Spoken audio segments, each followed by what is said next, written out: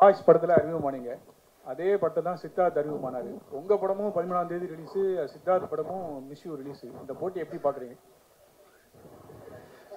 நான் என்ன சொல்லணும்னு நினைக்கிறீங்க?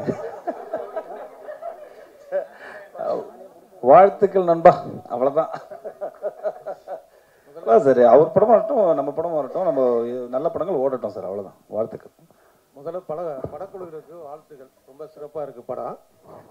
இதில் இந்த தமிழ் குடி அப்படிங்கிற வார்த்தை 2 தடவை வருது. ரொம்ப ரசிப்பாக இருக்குது அந்த சீனு.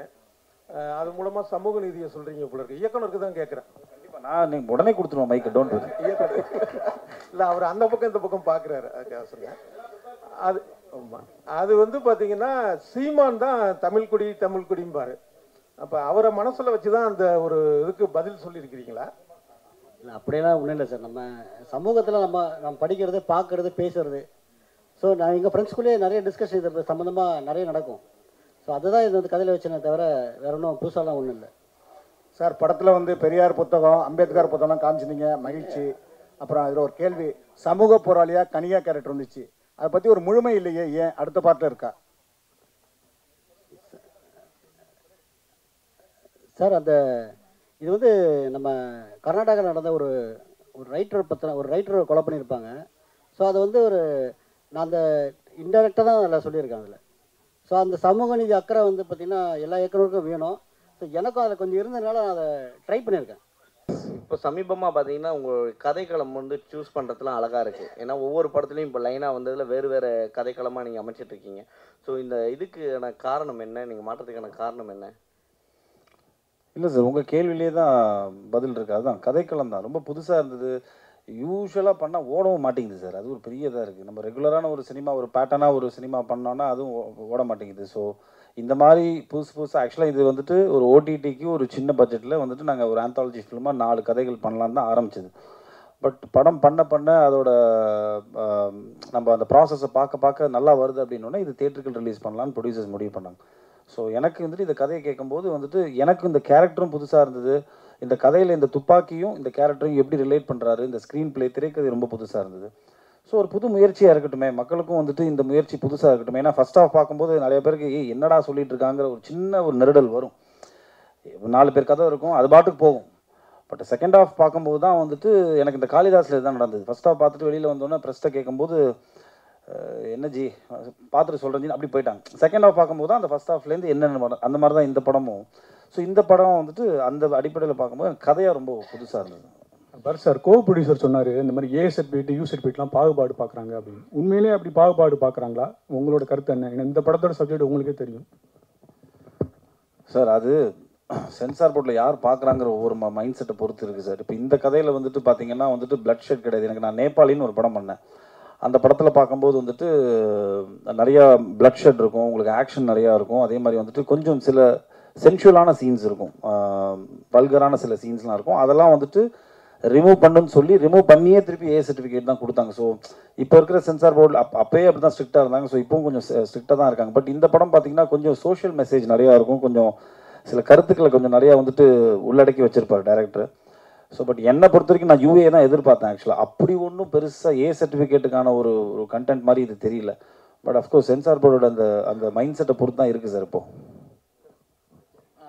டைரக்டர் சார், அதாவது மாநகரம் படத்துக்கு பிறகு ஒரு நீட்ஃபுல்லான ஹைப்பர் லிங்க் படமாக இந்த படத்தை நாங்கள் பார்க்குறோம். ஆனந்த ஒரு தயாரிப்பாளராக கிடைச்சதில் எங்களுக்கு பெரிய சந்தோஷம். சந்தோஷமாக இருக்குது சார். ஃபஸ்ட்டு ரிவ்யூ நீங்கள் தான் இப்போ கொடுத்துருங்க. ஏன்னா எங்கள் படத்தை நாங்களே உட்காந்து முன்மொழிஞ்சிட்டு இருக்கோம் மேடையில். நான் தான் சொன்னேன், நிறுத்துங்க, அவங்க பார்த்துட்டு கேட்கட்டும், கேள்வி கேட்டால் தான் ஏதோ ஒன்று சொல்லுவாங்கன்னு. ரொம்ப சந்தோஷம் சார். சரி, எங்ககிட்ட இருந்து ஒரு நல்ல தயாரிப்பாளர் வந்திருக்கிறதுல எங்களுக்கு ரொம்ப சந்தோஷம். அப்புறம் டைரக்டர்கிட்ட ஒரு கேள்வி, இந்த படத்தில் வந்து ஒரு துப்பாக்கி பல கதைகளில் ட்ராவல் ஆகுது. எல்லா கதைகளுக்குமான தீர்வையுமே அந்த துப்பாக்கி தான் தருது. இது வந்து வன்முறையை முன்வைக்கிறது மாதிரி ஆகாதான்? நிச்சயமாக நீ கேள்வியில் நியாயம் இருக்குது. அதுக்கு தான் நான் செகண்ட் பார்ட்டுக்கு ஒரு லீடு வச்சுருக்கேன். ஸோ அந்த செகண்ட் பார்ட்டில் வந்து கண்டிப்பாக அதை வந்து நீங்கள் துப்பாக்கி தீர்வாக இருக்காது அப்படிங்கிறத நம்புகிற மாதிரி ஒரு கதை பண்ணுவேன் கண்டிப்பாக. பரத் சார், சார் முன்னாடிலாம் உங்களை வந்து காண்டாக்ட் பண்ணோன்னா ஒரு கதாசிரியர் வந்து கதை சொல்லணும், ப்ரொடியூசர் வந்து கதை சொல்லி டேரக்டர் கதை சொல்லும்போது எனக்கு ஃபுல் ஃபிச்சாக வந்து என் ஸ்டோரியில் நான் மட்டும்தான் இருக்கணும்னு சொல்லிட்டு ஒரு விஷயம் போயிட்டு இருந்தது. ஆனால் இப்போ வந்து நீங்கள் கதை கலகம் வந்து டோட்டலாக மாற்றிட்டீங்க. இப்போ வந்து 4 ஸ்டோரியில் நீங்கள் ஒரு சின்ன பார்ட் தான் பண்ணியிருக்கீங்க. இது எப்படி இருக்குது? ஏன்னா இதே மாதிரி ட்ராவல் பண்ணுவீங்களா, இல்லை வந்து திருப்பி ஃபுல் ஃபிட்ஜாக தான் பண்ண போகிறேன்னு சொல்லிட்டு ஒரு விஷயம் நடக்க போதா? இல்லையே சார், அப்படிலாம் கிடையவே கிடையாது சார். அப்படின்னா நான் ஒரு வெயில் பண்ணியிருக்க மாட்டேன், ஒரு கடுகு பண்ணியிருக்க மாட்டேன். ராஜகுமாரன் சார் என் கூட நடித்தார், வெயில் பண்ணியிருக்க மாட்டேன். இல்லைனா வந்துட்டு ஒரு அழகாக இருக்கிற பயமாக இருக்கிறது ஒரு படம், அருண் குமாராக இருந்த டைமில் நான் அவர் கூட பண்ணேன். ஸோ எனக்கு என்னை பொறுத்த வரைக்கும் ஒரு கதையில் நம்மளுக்கு என்ன இருக்குது, அதே மாதிரி இந்த கதையை வந்துட்டு என்னோடய போர்ஷனுக்கு நான் ஹீரோ சார்.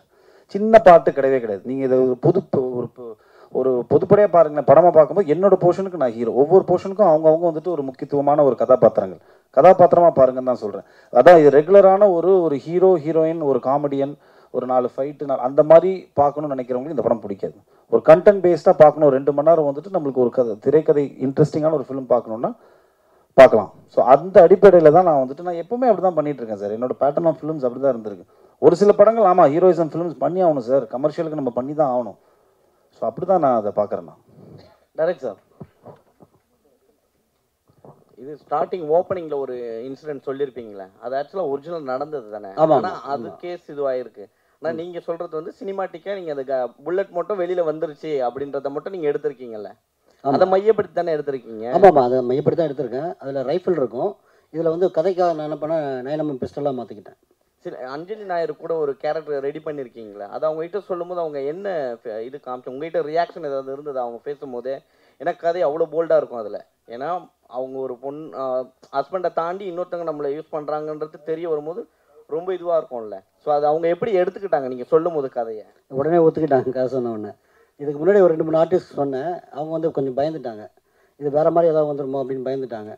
அப்புறம் அஞ்சலிக்கிட்ட சொல்லும்போது பார்த்திங்கன்னா நான் வந்து வாட்ஸ்அப்பில் தான் சொன்னேன், வீடியோ காலில் தான் சொன்னேன். கதை கேட்டோன்னே கிளைமேக்ஸ் கேட்டோன்னே ஒத்துக்கிட்டாங்க, நான் பண்ணுறேன்னு சொன்னாங்க. அஞ்சலி மேடம், நீங்கள் நெடுநல் வாடகை வந்து அவ்வளோ ஹோம்லியாக நடிச்சிங்க. இது வந்து கதை சொல்ல வேண்டாம், அதிகமாக வன்முறை எடுத்தது நீங்கள் தான். இந்த இதை எப்படி பார்க்குறீங்க? சி ஆஸ் அன் ஆக்டர் நமக்கு புதுசாக ரோல் பண்ண நிறைய ஆசை இருக்கும். நானே இந்த இண்டஸ்ட்ரி வரும்போது நான் பார்க்குறது சேம் ஸ்டோரி சேம் ஸ்கிரிப்ட் பண்ணுற மாதிரி எனக்கு தோணிடுச்சு. ஸோ சார் இந்த கதை சொல்லும்போது அஃப்கோர்ஸ் என் மனசில் எனக்கு தோணுச்சு ஆடியன்ஸ் எப்படி பார்ப்பாங்க. பிகாஸ் ஆடியன்ஸ்க்கு நான் இது வரைக்கும் பண்ணுற படம் தே ஹேவ் அன் இமேஜ். அது பாசிட்டிவாக எடுத்துக்கலாம், நெகட்டிவாக எடுத்துக்கலாம். பட் நான் ஆஸ் அன் ஆக்டர் எனக்கு அந்த ஸ்டோரி கன்வின்சிங்காக தோணிடுச்சு. அதுவும் தாண்டி டிரெக்டர் கிட்டே I had trust like he will take it properly. So and I think actually நீங்கள் தான் என்கிட்ட சொல்லணும் உங்களுக்கு எப்படி பிடிச்சிருக்கா? தேங்க்யூ. டேரக்டர் சார், படத்தில் வந்து ஒரு பார்ட் வந்து ஜாதி சம்மந்தமாக ஒரு விஷயம் வச்சுருக்கீங்க. எப்பவுமே வந்து ஜாதியை பற்றி பேசினாவே நான் என்னென்னா ஒரு லெவலில் வந்து கொஞ்சம் ஏற்றி சொல்லுவாங்க. ஆனால் நீங்கள் சட்டெல்லாம் சொல்லியிருக்கீங்க. ஆனால் வந்து அந்த ஜாதி பெருமையை காட்டுறதுக்காக ஒருத்தர் சொல்கிற போது இந்த இடத்துல அந்த சோஷியல் இஷ்யூஸ் இங்கே நிறைய இருக்குது. சரிங்களா? அது ஏதாவது உங்களுக்கு வந்து பாதிக்குமா? இல்லை புரியல, உங்களுக்கு கேள்வி எனக்கு புரியல, சாரி. என்னென்னா இப்போ வந்து ஜாதி பெருமை பேசுகிறவங்க தான் வந்து கீழ்மட்ட ஜாதியை வந்து கொல்றாங்கன்னு சொல்லிட்டு ஒரு விஷயம் வச்சுருக்கீங்க. ஸோ அது வந்து இந்த கொல்றதுனால இப்போ இருக்கிற சுச்சுவேஷனுக்கு, ஏன்னா இப்போ இருக்கிற வந்து ஜாதி நீங்கள் கூட பார்த்துருப்பீங்க மலம் கலந்த விஷயம்லாம் நடந்திருக்கு. ஸோ இந்த விஷயம் வந்து இந்த படத்துக்கு பாதிக்குமா? கண்டிப்பாக பாதிக்காதுங்க. நான் அப்படி ஒன்றும் சொல்லி அதில் இல்லை. ஏன்னா ஜாதி பெருமையை பேசுகிறவங்க தான் வந்து ஜாதி கீழே இருக்கிறவங்களை வந்து கொல்றாங்க. சரிங்களா? ஏன்னா அவங்க எதிர்க்க முடியாத லெவலில் வந்து கீழ் ஜாதி ஆளுங்க இருக்காங்களா? இல்லை அப்படிலாம் இங்கே யாருமே இல்லை. இப்போ இந்த கதைக்கு அது தேவைப்பட்டுச்சு அப்படின்றதுனால தான் அதை வச்சேனே தவிர அப்படி யாரும் இல்லை. இங்கே ஓரளவுக்கு எல்லாமே படிக்க ஆரம்பிச்சிட்டாங்க. எல்லாமே ஓரளவுக்கு சென்னையை பொறுத்த வரைக்கும் அந்த பாகுபாடு கொஞ்சம் ஓரளவுக்கு கம்மியாக தான் இருக்குது. சார் இந்த சென்னையில் நான் சென்னையில் பிறந்து வளர்ந்தேன், அதனால் அப்படின்னு நினைக்கிறேன். சார் இந்த கதைகள்லேயே வந்து அபிராமியோட கதை தான் எனக்கு ரொம்ப பிடிச்சிருந்தது. காரணம் என்னென்னா துப்புரவு தொழிலாளனாலே அவ்வளோ போதிய அறிவு இல்லாதவங்க, படிப்பு இல்லாதவங்கன்னு அப்படியான ஒரு சித்திரம் இருக்கும்போது ஒரு பையனை கூட திருநங்கையாக மனப்பூர்வமாக ஏற்றுக்கிற ஒரு தாயா ஒரு புதிய விஷயமா சொல்லியிருந்தீங்க. அது மட்டும் இல்லாமல் திருநங்கைக்கும் அவருடைய உடம்பு வந்து சுத்தமாக இருக்கணும்னு விரும்புகிறாங்க. குடும்பம் சொன்னால் அவங்களுக்குமே கர்ப்பம் இருக்குது அப்படிங்கிற ரீதியில் ரொம்ப புதிய விஷயம் சொல்லியிருக்கீங்க. இந்த நபர்களை நீங்கள் யாராவது சந்திச்சிருக்கீங்களா, இல்லை முழுக்க இது உங்களுடைய கற்பனையா? இல்லை இல்லை, கற்பனையாக இருக்குது. நம்ம படிக்கிறோம் இல்லைங்களா? ஸோ இதை சார்ந்த சில புத்தகங்கள் படிக்கும்போது அதன் வர தாக்கம் தான் எனக்கு. நிறைய இந்த திருநங்கைகள் நம்ம பார்க்கும்போது பார்த்திங்கன்னா ரோட்டில் பிச்சை எடுக்கிற மாதிரியும் பாலியல் தொழில் பண்ணுற மாதிரியும் பார்த்துட்டே இருக்கோம். ஸோ அவங்க வந்து அவங்களுக்கு இதை விட நிறைய படிக்கிறவங்க இருக்காங்க, ரைட்டர்ஸாக நிறைய பேர் இருக்காங்க. ஸோ அவங்களாம் நான் நிறைய மீட் பண்ணியிருக்கேன், அவங்களாம் பேசியிருக்கேன், பழகியிருக்கேன். ஸோ அந்த தாட் நமக்குள்ளே இருந்துகிட்டே இருக்கும். ஸோ வேறு மாதிரி எதாவது காட்டலாமே அப்படின்றதுக்காக தான் அவங்க வந்து எப்படி மாறுறாங்க அந்த இதுக்கு அந்த பக்கமே நான் போகல.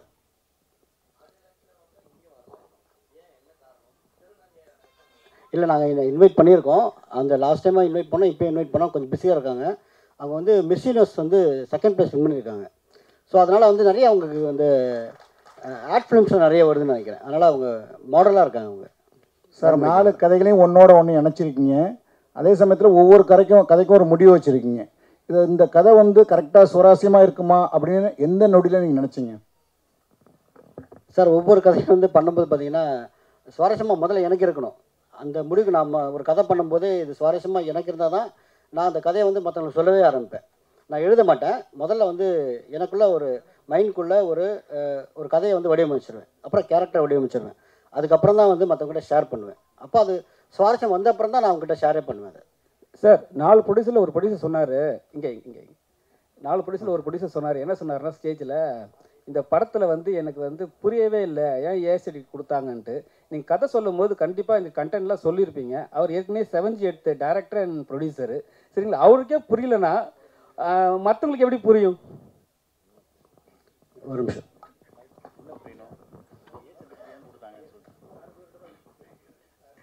இல்லை, புரியலன்னு சொல்ல, இது அந்தளவுக்கு வன்முறையான கதையும் இல்லை.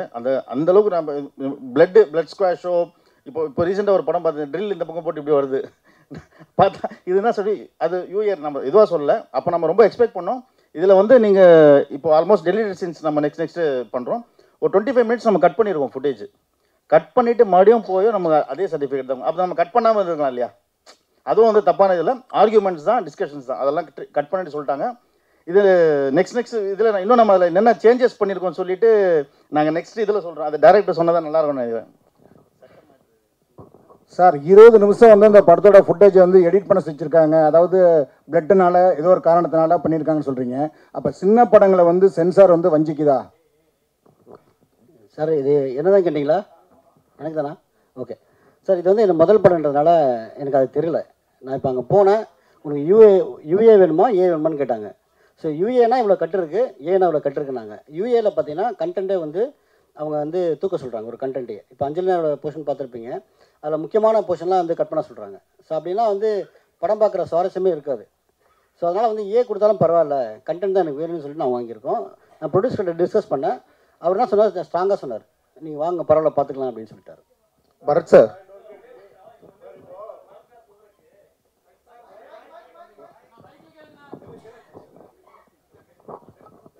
இல்லை அவர் சொல்ல மறந்துட்டாரு.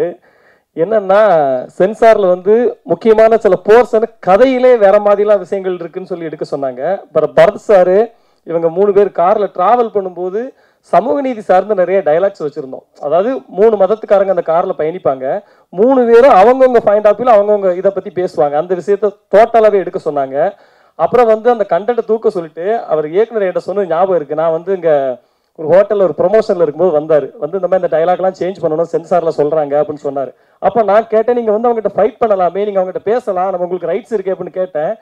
அதுக்கு அவர் சொன்ன பதில் தான் நாங்கள் பதிவு பண்ண நினைக்கிறேன். என்ன சொன்னார்னா, அவங்க டிஸ்கஷனுக்கு வரல, ஆர்டர் போடுறாங்க. அவங்க தொழில வந்து டிஸ்கஷனே இல்லை, சமூக நீதி அதெல்லாம் விடுங்க, மதம் சார்ந்த அதெல்லாம் விடுங்க, இதை பண்ணுங்க தூக்குங்க அப்படின்னா அதை கொடுக்குற எல்லாம் அந்த டிஸ்கஷன் முடிக்க அவங்க வரல அப்படின்னு சொன்னார். இப்போ ஒருவேளை இவர் வந்து ஒரு லோகேஷ் கனகராஜ் மாதிரி ஒரு பெரிய நிறுவனத்தில் படம் பண்ற ஒரு இயக்குனராக இருந்தால் அந்த டிஸ்கஷன் மேபி நடந்திருக்கலாம். அவர் எளிய இயக்குனர், எளிய நிறுவனம்ங்கிறதுனால அந்த டிஸ்கஷனுக்கு சென்சார் வரலன்னு நினைக்கிறேன். நான் என்ன சொல்றேன்னா, அதாவது டிஸ்கஷனுக்கு 2 பேரும் பேசணும். ஒருத்தங்க பேசி ஒருத்தங்க கேட்கறது டிஸ்கஷன் ஆயிருக்காது. அது சென்சார்ல நடக்கு. அது மாறணுங்கிறது இந்த இடத்துல என்னுடைய தாழ்மையான வேண்டுகோள். நன்றி. பரத் சார்,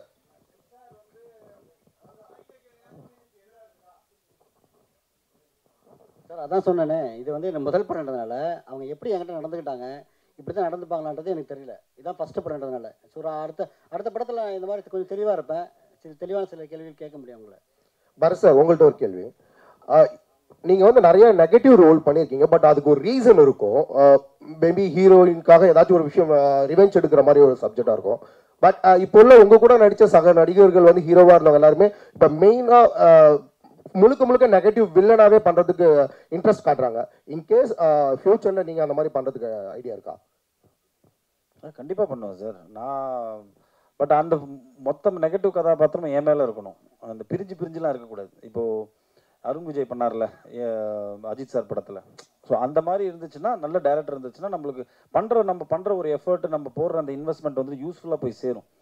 இல்லைனா சும்மா ஏனோ தானோன்னு பண்ணுறது வேஸ்ட். கண்டிப்பாக பண்ணுவேன் சார். ஏன்னா இன்ஃபேக்ட் ஏதோ ஒரு இன்டர்வியூவில் கூட ஒரு விஜய் சேதுபதி கூட சொல்லியிருப்பார், நெகட்டிவாக பண்ணுறது தான் இன்னும் ஆக்சுவலாக மீட்டர் அதிகம், இன்னும் நிறையா பெர்ஃபார்ம் பண்ணலாம், இன்னும் எக்ஸ்ட்ராவாக வந்துட்டு நம்மளால் வந்துட்டு ஒரு ஸ்டெப் போய் பெர்ஃபார்ம் பண்ண முடியும்.